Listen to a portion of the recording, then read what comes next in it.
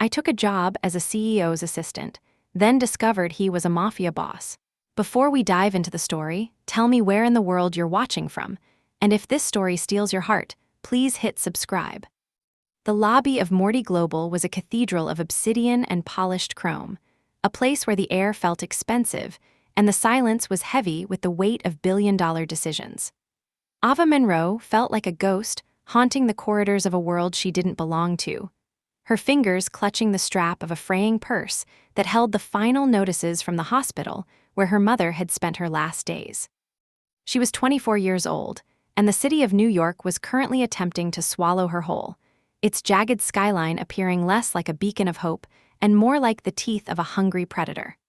When the elevator doors slid open on the 66th floor, the transition from the humid, chaotic streets below to the climate-controlled stillness of the executive level was jarring.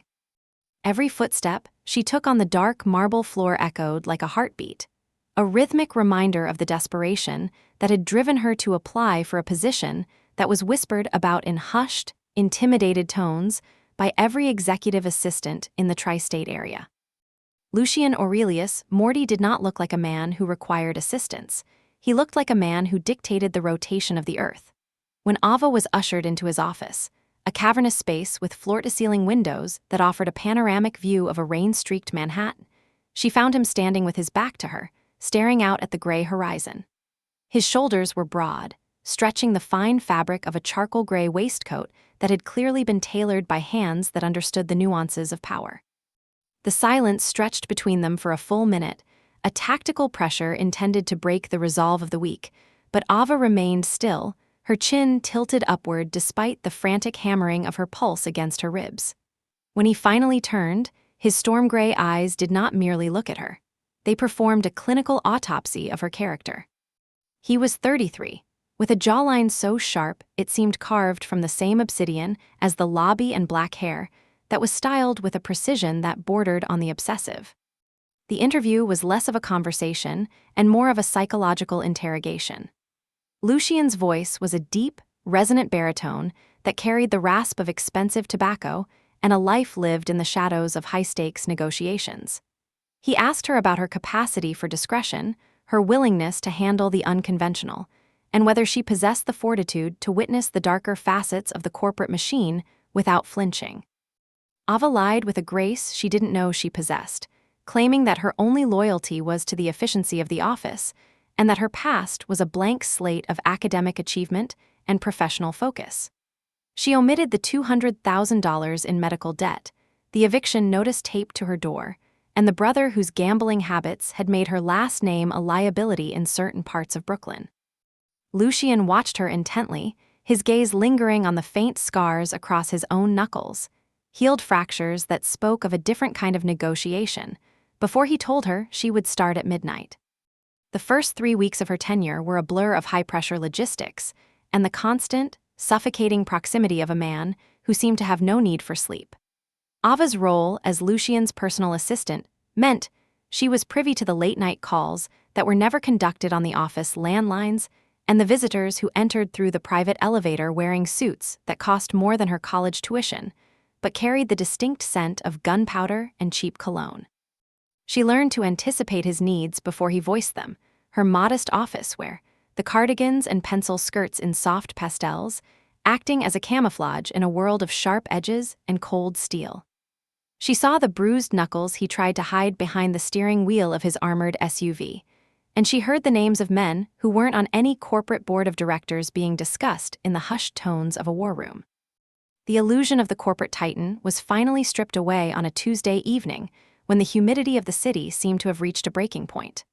Ava had stayed late to reorganize a set of encrypted files that Lucian insisted be handled only by her, her mind focused on the task, until a sudden, muffled sound from the executive parking garage vibrated through the floor. It was a rhythmic thud, followed by the unmistakable metallic slide of a firearm being readied. Driven by an impulse she couldn't explain, Ava took the stairs, her heart in her throat as she pushed open the heavy steel door to the garage.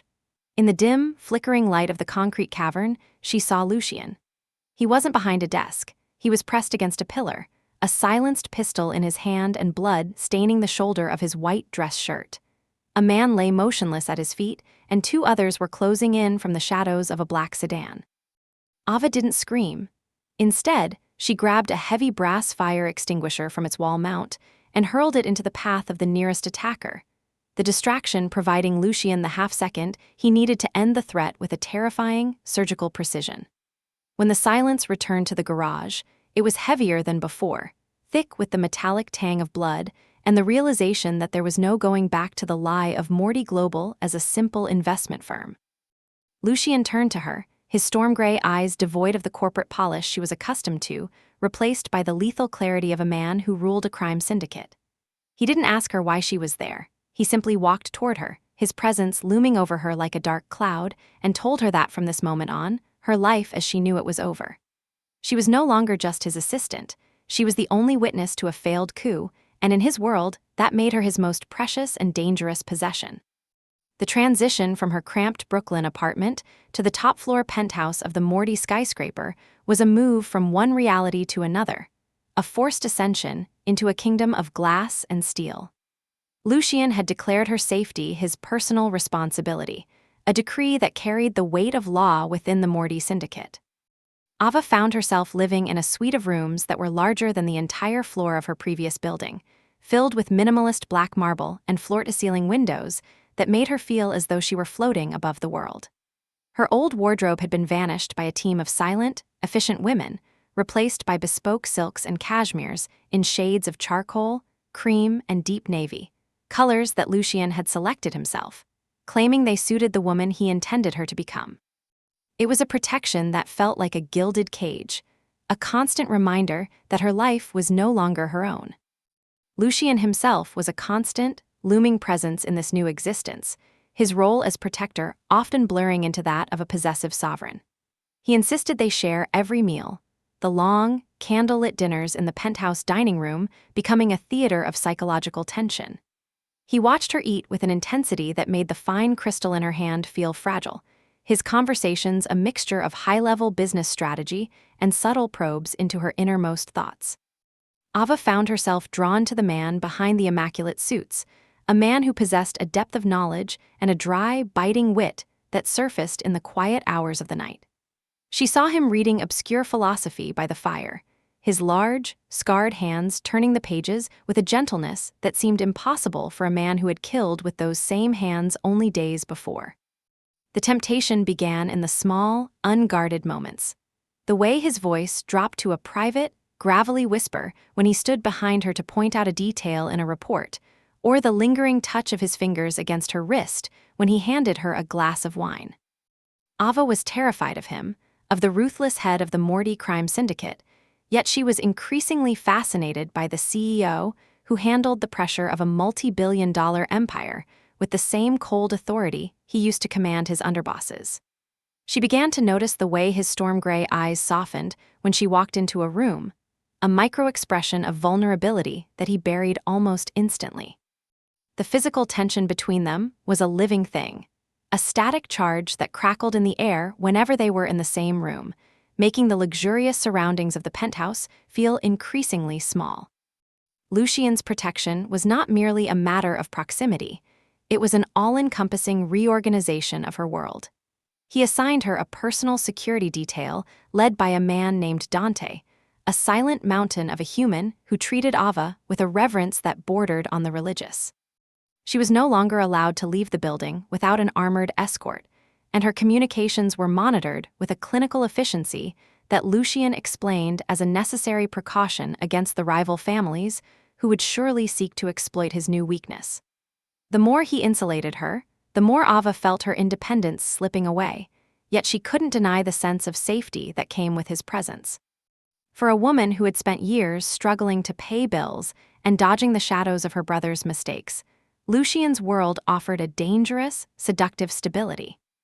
One night, as a thunderstorm lashed against the windows of the penthouse, the power flickered and died, leaving them in a world of shadows and the rhythmic percussion of rain against glass. Ava found Lucien in the library, illuminated only by the dying embers of the fireplace. He was sitting in a leather armchair, a bottle of scotch half empty on the table beside him, looking more human than she had ever seen him. The sharp lines of his face were softened by the gloom, and for the first time, the aura of cold authority was replaced by a visible, bone-deep exhaustion. When she sat on the floor near his feet, he didn't pull away. Instead, he reached out and allowed his hand to rest against her dark curls, his fingers tangling in the strands with a desperation that shocked her. He told her that he had spent his entire life building walls, and that she was the only person who had ever walked through them without realizing they were there. The intimacy of the moment was a catalyst, a breaking of the professional dam that had held them apart. Ava looked up at him, her brown eyes searching his for some sign of the monster she was supposed to fear, but she found only a man who was profoundly, devastatingly lonely. When he leaned down to kiss her, it wasn't a gesture of dominance, but a plea, a collision of two people who had been shaped by different kinds of trauma and were finding a shared language in the dark.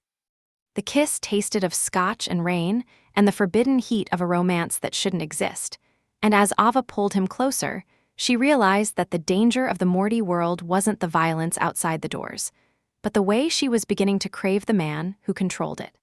She was falling for a king who had built his throne on the bones of his enemies, and she knew that the fall would likely be the end of her.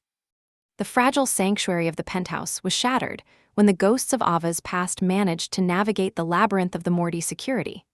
Her brother, Silas, had always been a master of finding the cracks in any foundation, and his latest gambling debt had led him directly to the doors of a rival syndicate, the Valenti family. They had used him as a conduit, a way to send a message to the man who thought he had hidden his most valuable asset behind glass and steel. Silas appeared at the Morty Global reception desk, looking like a man who had been dragged through the worst alleys of the city, pleading for his sister to save him from the people who had promised to end him if he didn't deliver information on Lucien Morty's private life. When Lucien learned of the breach, the transformation back into the ruthless head of the syndicate was instantaneous and terrifying. He didn't raise his voice, but the air in the room seemed to drop 10 degrees as he ordered his men to bring Silas to the private subbasement of the skyscraper. Ava watched from the shadows of the executive hallway as her brother was led away, his face pale with a terror she had seen 1,000 times before. She rushed to Lucien's office, her voice trembling as she begged for mercy, but he didn't look at her. He was busy loading a weapon with a clinical detachment that made her stomach churn, his eyes cold and distant as he told her that in his world, family was either a shield or a target, and her brother had chosen to be the latter. The scene in the subbasement was a stark contrast to the luxury of the penthouse above. It was a place of cold concrete and fluorescent lights, designed for the kind of conversations that didn't happen in boardrooms. Lucien allowed Ava to watch from behind a reinforced glass observation window as he confronted Silas. He didn't use physical violence at first. He used the weight of his reputation, his voice a low, predatory growl that stripped away Silas's pathetic excuses. He revealed the extent of the Valenti family's plans, how they intended to use Ava as a way to draw Lucien into an ambush, and he made it clear that Silas's life was now a variable in a much larger equation. Ava saw the scars on Lucien's knuckles turn white as he gripped the edge of the table, the restrained fury in his posture, a testament to the internal battle he was fighting between his role as an underboss and the man who had held her in the dark. After the confrontation was over and Silas had been removed to a secure, distant location where he could no longer do any harm, Lucien found Ava in the library of the penthouse. He was disheveled, his tie hanging loose around his neck and his shirt stained with the dust of the basement. He didn't wait for her to speak. Instead, he turned his back to her and began to unbutton his shirt. When the fabric fell away, Ava gasped, her hand flying to her mouth. His broad back was a map of silver and white scars, some long and jagged, others small and precise. They weren't the results of battles with rivals, but the remnants of a childhood spent under the tutelage of his father, Lorenzo Morty, a man who believed that the only way to prepare a son for leadership was to break his spirit and harden his flesh. Lucien spoke in a voice that was hollow, devoid of its usual power, as he told her about the nights spent in the dark, the lessons learned through pain, and the way his father had forced him to choose between his humanity and the survival of the Morty name. He revealed that the scars on his hands were from the first time he had fought back, an act of rebellion that had cost him his relationship with the only person he had ever loved before her. He was a man who had been forged in a furnace of violence and betrayal, and he looked at Ava with a raw, bleeding vulnerability that shattered the last of her defenses. He told her that he was a monster, a creature designed for war, and that her presence in his life was the only thing that made him feel like he might still have a soul worth saving. The revelation of his wounds changed everything. Ava no longer saw him as the intimidating CEO or the ruthless mafia boss.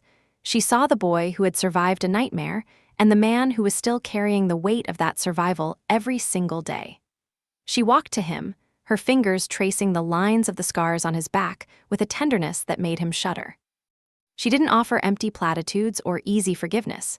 She simply held him, her warmth a counterpressure to the cold history etched into his skin. They stayed like that for a long time, the silence of the penthouse filled with the unspoken promise that she wouldn't look away from the darkness he carried.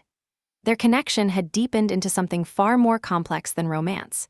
It was a pact of shared scars and mutual recognition, a bond that the Valenti family would soon find was unbreakable. As the weeks turned into months, the relationship between Ava and Lucien evolved into a partnership that defied the conventions of both their worlds.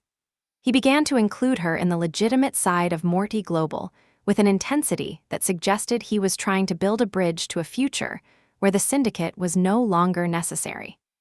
They worked together late into the night, their minds moving in a synchronized rhythm as they navigated the complexities of international trade and technological innovation. In the quiet moments between the data and the spreadsheets, they found a romance that was as intellectually stimulating as it was physically intense. Lucien proved himself to be a man of profound loyalty, showing Ava a side of himself that was generous, protective, and unexpectedly tender, filling her suite with her favorite books and ensuring she had everything she had ever dreamed of. However, the cost of this new life was a constant, underlying threat that permeated every moment of their shared existence. The Valenti family had not forgotten the message they tried to send through Sila's, and they were patient predators. The price of Ava's safety was her independence. She could no longer walk in a park, visit a grocery store, or even stand on the balcony of the penthouse without a security detail monitoring her every move. The psychological toll of being a high-value target began to weigh on her, the glamorous lifestyle of the Morty world feeling more like a beautifully decorated prison. She found herself longing for the days when her only worry was a hospital bill, even as she realized that she could never go back to being the woman she was before she met Lucien Aurelius Morty. Lucien felt the weight of her confinement as keenly as she did, and it drove him to a state of hypervigilance that bordered on the obsessive. He made her a promise during a rare, quiet dinner on the terrace, his storm-gray eyes fixed on hers with an intensity that was almost frightening. He told her that he was working to legitimize the Morty Empire, to dismantle the structures of violence his father had built and replace them with something that wouldn't require her to live in fear. It was a promise of a future that seemed impossible, a dream of a life where they could walk through the city as equals without the shadow of a gun following them. But as he spoke, Ava saw the flicker of doubt in his eyes, the realization that the price of leaving the life was often paid in blood. The crisis arrived in the form of a leaked series of photographs that appeared on every major news outlet in the city. They weren't photos of corporate meetings or charity galas. They were intimate, candid shots of Lucien and Ava in the penthouse, captured by a high-powered lens from a neighboring skyscraper. The media painted a picture of a reclusive billionaire and his mystery woman, but the underlying message was for the syndicate's enemies. The King of New York was no longer untouchable. The leak was followed by a series of coordinated attacks on Morty Global's distribution centers, a blatant challenge to Lucien's authority that forced him to divide his attention between the safety of his empire and the protection of the woman he loved.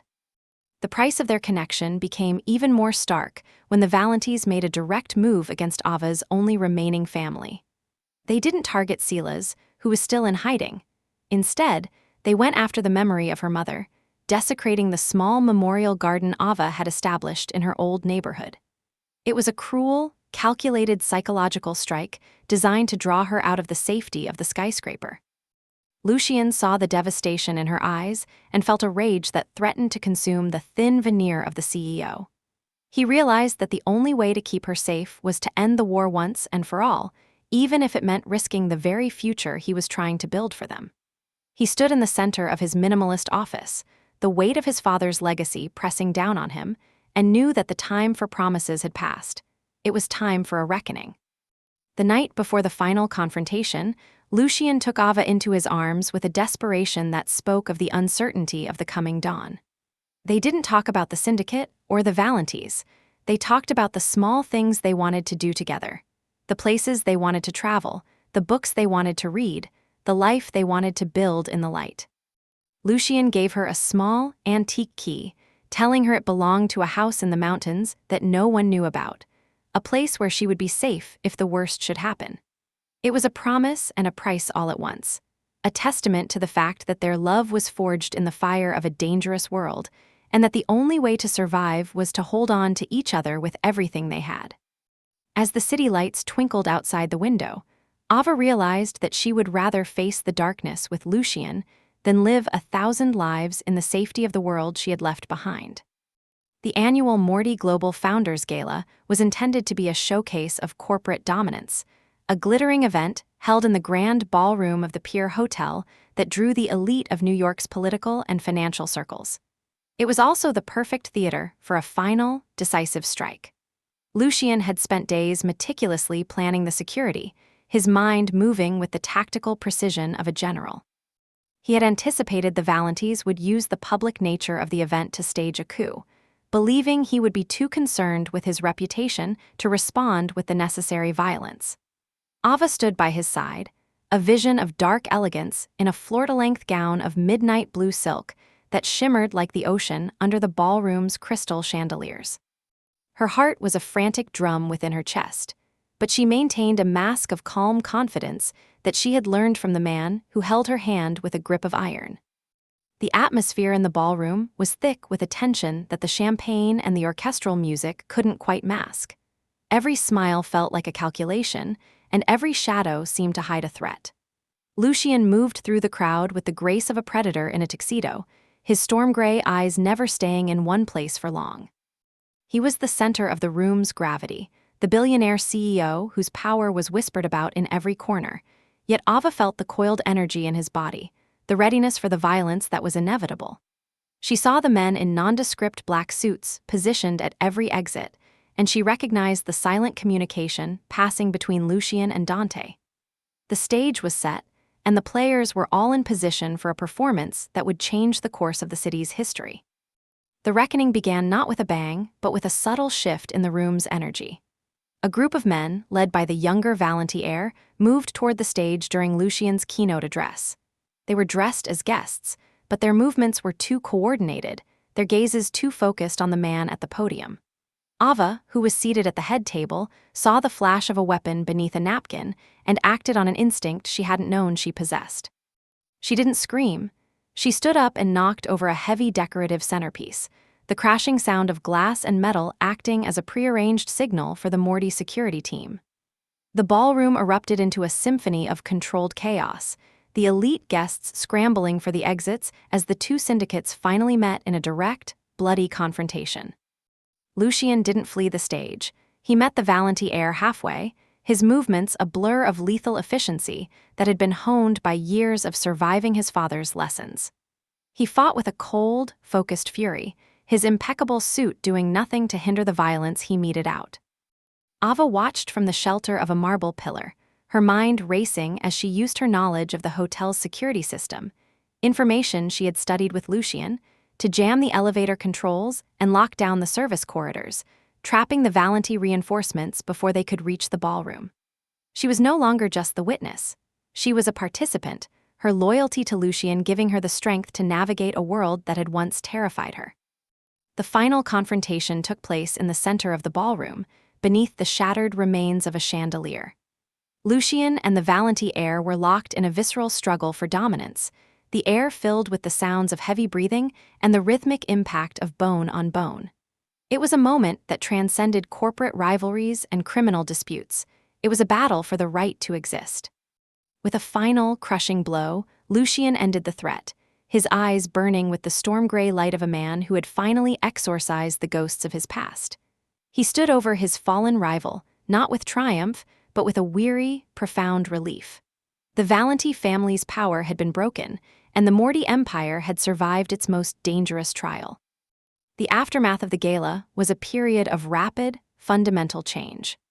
Lucien used the chaos of the night to perform a final, comprehensive purge of the syndicate's most violent elements, handing over evidence to his contacts in the federal government that effectively dismantled the structures of organized crime in the city while keeping the Morty name clean.